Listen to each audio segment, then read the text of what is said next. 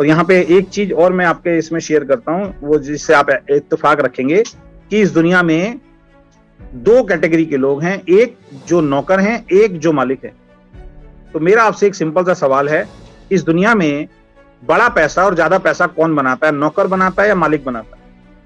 अगर मैं आपको कमेंट करने की बात करूं तो आप सभी लोग एक ही बात बोलेंगे, सर मालिक ही बड़ा पैसा बनाता है, नौकर कभी नहीं बनाता। आप किसी फील्ड में चले जाइए, आप मालिक जो होगा वो बड़ा पैसा बनाता है, नौकर कभी बड़ा पैसा नहीं बनाता है। तो अपने आप को चेक कीजिए कि आप इस बिजनेस में नौकर हैं या मालिक हैं। ये बिजनेस तो आपको मालिक बना रहा है सर। 80% का डिस्ट्रीब्यूशन हम लोग कर रहे हैं अपने प्लान में। हम लोग अपने प्लान में 80% का डिस्ट्रीब्यूशन कर रहे हैं, 80% का डिस्ट्रीब्यूशन कर रहे हैं कि हमारी कंपनी में जो भी काम करेगा 80% का डिस्ट्रीब्यूशन उसके घर में पहुंचेगा। 80% की पार्टनरशिप आपको दे दी बिजनेस वॉल्यूम। अब ये आपको चेक करना, मालिक की तरह काम कर रहे हैं या नौकर की तरह काम। अगर नौकर की तरह काम कर रहे हैं और जो मालिक की तरह काम कर रहा है, आपका अपलाइन जो बन गया, जिसने रिस्पॉन्सिबिलिटी जिम्मेदारी उठानी शुरू कर दी, बड़ा पैसा वही बनाएगा दोस्त। क्योंकि दुनिया का सिद्धांत है, नौकर कभी बड़ा आदमी नहीं बन पाया, मालिक ही बन पाया है। नौकर कभी इस दुनिया में बड़ा आदमी नहीं बन पाया। अगर वो नौकरी करता रहेगा वो कभी बड़ा आदमी नहीं बनेगा। हाँ, मालिक बनने की जिस दिन प्रेरणा उसके अंदर जाग जाएगी फिर वो बड़ा आदमी बन सकता है। इसका मतलब मालिक ही बड़ा बन सकता है, नौकर कभी बड़ा बन ही नहीं सकता। तो ऐसे काम कीजिए जो आपको मालिक बनाए, ऐसे काम मत कीजिए जो आपको नौकर बनाए।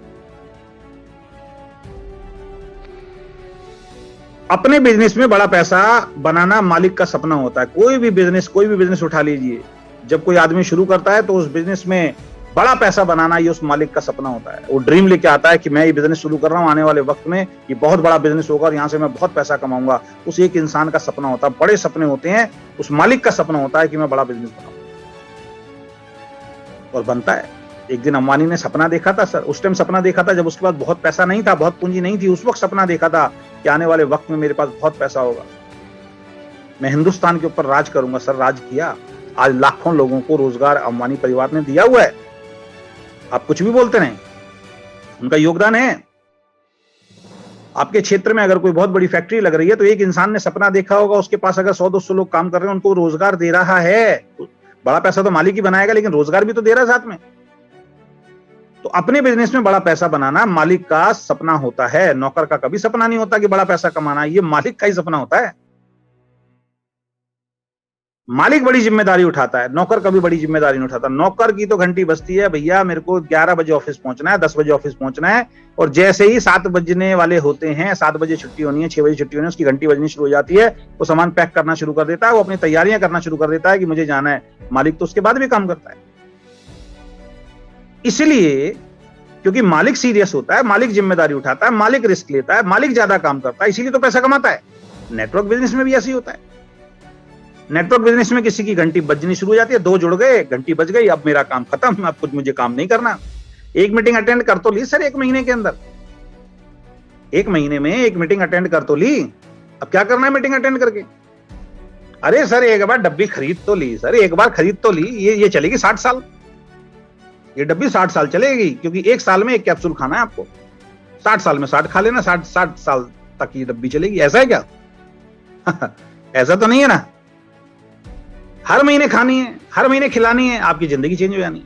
इतनी सी बात समझ में नहीं आई। लोग लगे हुए हैं पता नहीं कहां संघर्ष करने में, कहां जहां से अमीर नहीं बन सकते वहां पे अपना 1000% देने के लिए तैयार है, और जहां से अमीर बन सकते हैं वहां पे अपना 50% देने के लिए भी तैयार, कहना मानने के लिए तैयार नहीं है। अपना दिमाग लगा के अपने बिजनेस को, अपनी जिंदगी को खराब किए जा रहे हैं।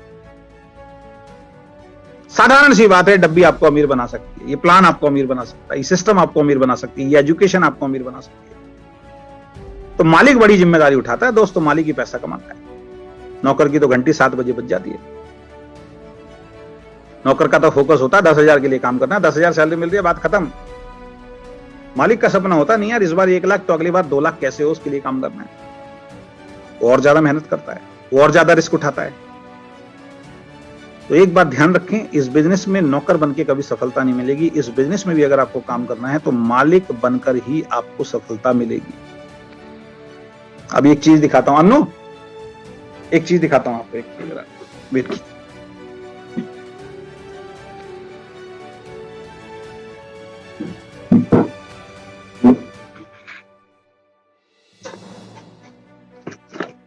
ये मेरी बहुत पुरानी डायरी है, ये देखिए, हालत से पता लग रहा होगा आपको। जिस टाइम मैं आरसीएम किया करता था उस वक्त की मेरी डायरी है। मैंने कई बार जिक्र किया है कि कभी दिखाऊंगा आपको। ये 2007 की डायरी है, अगर आपको यहाँ पे डेट दिखाई दे रही है 2007, आई थिंक दिख रहा होगा सबको, ये 2007। इसके अंदर देखिए इस तरीके की डायरी आती थी और ये इसमें प्लानर होता था पूरे महीने का, दिखा देता हूँ। ये प्लानर होता था पूरे महीने, दिख रहा है? ये देखिए डेट लिखी हुई है, 1 तारीख, 2 तारीख, 3 तारीख, 4 तारीख, ठीक है ना? ये सब दिख रहा है।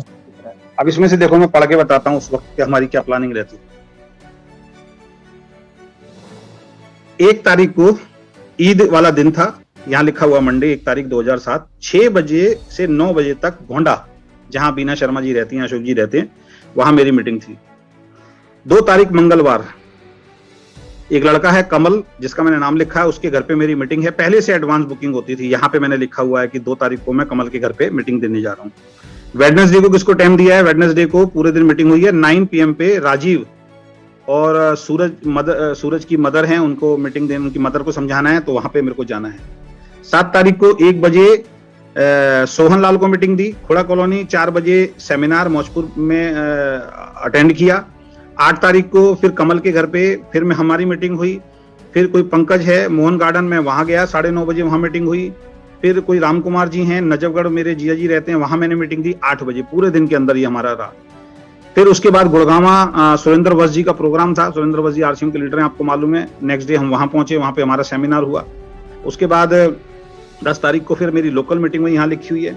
मकर संक्रांति 14 तारीख हम लोग अलवर राजस्थान के अंदर थे, अलवर राजस्थान में हमारी टीम चल रही थी वहां, जबकि आरसीएम में बहुत पैसा नहीं आता, वहां गए सर।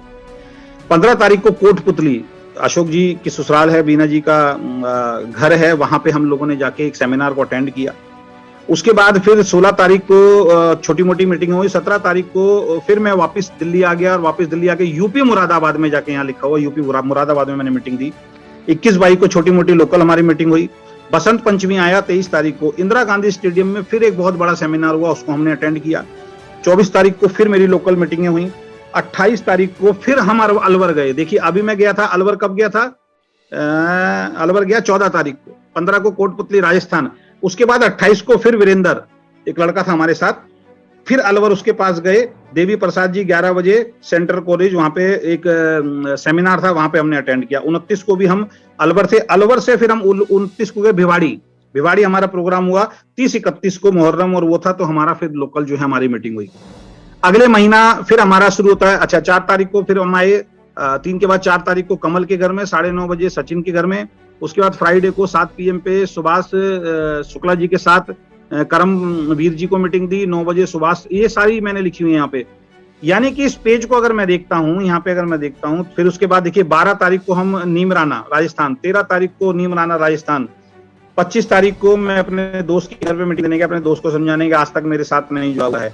26 जनवरी को फिर हमारा डॉक्टर साहब थे, उनका प्रोग्राम था। मैं यहाँ पे 1, 2, 3, 4, एक महीने में 5 बड़े लीडर्स के इवेंट को हमने अटेंड किया, अलग अलग क्षेत्र में, दिल्ली, यूपी, हरियाणा और राजस्थान के अंदर 5 बड़े इवेंट एक महीने में उस वक्त मैं अटेंड किया करता। तब यहाँ पे आप पूरे महीने में एक इवेंट होगा। अरे सर पिछले महीने प्रोग्राम किया तो था सर, एक प्रोग्राम अटेंड किया तो था सर, कैसे सर, क्या आप दोबारा से सर प्रोग्राम करेंगे सर, कैसे होगा सर? भाई साहब नौकर वाली मेंटेलिटी। कभी जिंदगी में आप अमीर नहीं बन सकते, कभी जिंदगी में आप बड़े आदमी। मैं इसीलिए तो कहता हूँ, कई बार जब मैं लोगों के संघर्ष देखता हूँ, मैं कहता हूँ ये तो आप तो कुछ भी मेहनत नहीं कर रहे भाई साहब, जो हम कर रहे हैं। उस टाइम ये जूम थोड़ी होता था, उस टाइम जूम होता तो हम तो पता नहीं कितने और लाखों करोड़ों रुपए कमा चुके होते। और बताता हूँ इसके अंदर, देखिए मैंने 1-2 रात को डायरी निकाली थी, तो 1-2 पेज मैंने फोल्ड करके रखे हैं। मोरी जी 2-4 मिनट का टाइम है ना अपने पास?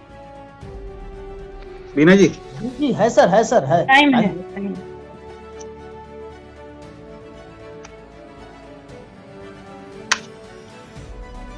ये देखिए अगस्त की बात बता रहा हूं। अगस्त में मैंने लिखा था मीटिंग एट सियाना, मैं डायरी मेंटेन करता था अपनी। 12 बजे मुकेश के घर पहुंच गए, यूपी में सियाना एक जगह है, सियाना हमारी मीटिंग थी। 12 बजे मुकेश के घर पहुंच गए थे। वहां से 1 बजे सियाना वहां से तकरीबन 30-35 किलोमीटर है। 1 बजे सियाना जरीफ के पास गए, वहां पर कुछ लोगों के साथ बहुत बढ़िया मीटिंग हुई। देहरा कुटी के पास शाम को डॉक्टर रईस के पास गए, उनके क्लिनिक में, वहां पर मीटिंग हुई। वहां 2 डॉक्टर आए थे, वो मीटिंग भी अच्छी रही। मैंने डॉक्टर रईस को टीएमएस के बारे में समझाया, उनको बहुत अच्छा लगा। टीएमएस मतलब टाइम मनी सिक्योरिटी के बारे में समझाया कि भाई ये बिजनेस आपको टाइम दे सकता है, मनी दे सकता है, सिक्योरिटी दे सकता है, जो आपका प्रोफेशन नहीं दे सकता है। उनको बहुत अच्छा लगा। उसके बाद हम सियाना से चितसोना के लिए निकले रात को 10 बजे। बहुत ऐसा रास्ता है कि मतलब ये लगा लीजिए कि 9 बजे के बाद तो हमें नहीं आने देते थे वापस दिल्ली, क्योंकि रास्ते में कौन मार देगा उस वक्त पता नहीं चलता था। ये हाल थे उस टाइम यूपी के। उसके बाद हम सियाना से चितसोना के लिए निकले, मैं और मेरे दोस्त हुआ करते थे।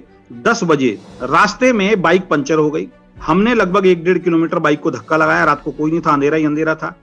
उसके बाद मुकेश जी को फोन किया, फोन करा। 15 मिनट के बाद मुकेश जी नेमपाल और अपने एक दोस्त के साथ वहां पर अपनी बाइक में आए।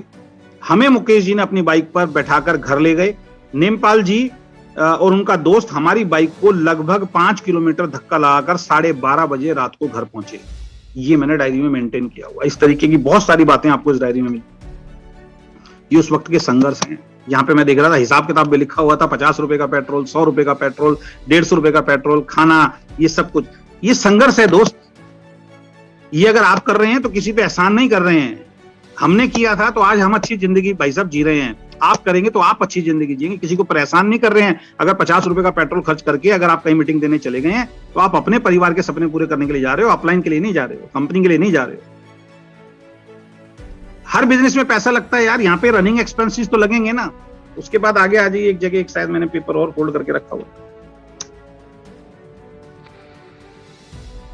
17 सितंबर की बात है, जो मैंने मीटिंग में एक बार आपको बताई भी थी, शायद आपको ध्यान हो कुछ लीडर्स को। आज मॉर्निंग में शर्मा जी का फोन आया कि जल्दी से घर आओ, आपको एमपी के स्टार एमराल नरवरिया जी से मिलवाना है। मैं वहां गया, नरवरिया जी से बात हुई। उन्होंने मुझसे पूछा कितना समय हो गया है। मैंने कहा 14 महीने हो गए हैं सर, मैडम के सहयोग से लीडरशिप आ रही है।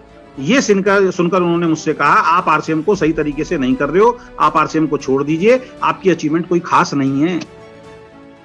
हम जिस लीडरशिप को बहुत बड़ी मानते थे, वो लीडर मेरे को बोल रहा है 14 महीने के बाद कि आप आरसीएम को सही तरीके से नहीं कर रहे हैं, आपकी अचीवमेंट कोई खास नहीं है, आप आरसीएम को छोड़ दीजिए। आप आरसीएम को बहुत तेजी से करें अगर करना है तो, वरना छोड़ दीजिए। उन्होंने और भी बहुत सी बातें मुझसे कहीं। ऐसा लग रहा था जैसे उनकी हर एक बात में एक थप्पड़ मेरे गाल पर लग रहा है। ये मैंने आपको कहानी सुनाई, थप्पड़ लग रहा है, क्योंकि मेरे को ऐसा लग रहा था मेरी अपलाइन ने आज मेरी बेइज्जती करने के लिए बुला दिया। वो बंदा कह रहा था यार तुम्हारे अपलाइन तुम्हारी इतनी हेल्प करती है, इतना अनुभव तुम्हारी अपलाइन के पास है, अपलाइन के बिल्कुल नजदीक 5-7-10 किलोमीटर में तुम रहते हो, फिर तुम काम नहीं कर पा रहे हो। हमारी अपलाइन तो भाई साहब 850-900 किलोमीटर दूर बैठी है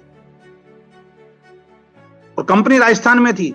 अगर 5 आदमियों को 10 आदमियों को ज्वाइन कराते थे तो 10 सूट लेंथ या 10 पैंट शर्ट के कपड़े सर पे ढोके जाके सर्विस दिया करते थे। तब हम टेक्निकल बन गए, हमारा चेक 1.5-2 लाख आ रहा है, तुम तो भैया टाइम पास कर रहे हो, छोड़ दो इस बिजनेस को। तो कई बार जब आपकी अपलाइन समझाती है, हम समझाते हैं, तो आप सोचते हो यार बिजनेस छोड़ दो यार, ये तो हमारी बेइज्जती कर दी। अरे भैया बेइज्जती नहीं करी, वो जो थप्पड़ मुझे पड़ रहे थे मेरी भलाई के लिए पड़ रहे थे। घर आके मैंने सोचा, तब हम टिक गए, वरना उस दिन तो मैंने सोच लिया था आज बिजनेस छोड़ दूंगा, बस यहां से कैसे उठ जाऊं, आज बिजनेस छोड़ दूंगा, मेरी बेइज्जती कराने के लिए बुला दिया। तो दोस्त, इस बिजनेस में मालिक बनकर सफलता मिलेगी, नौकर बनकर सफलता बिल्कुल नहीं मिलेगी, इस बात का ध्यान रखें।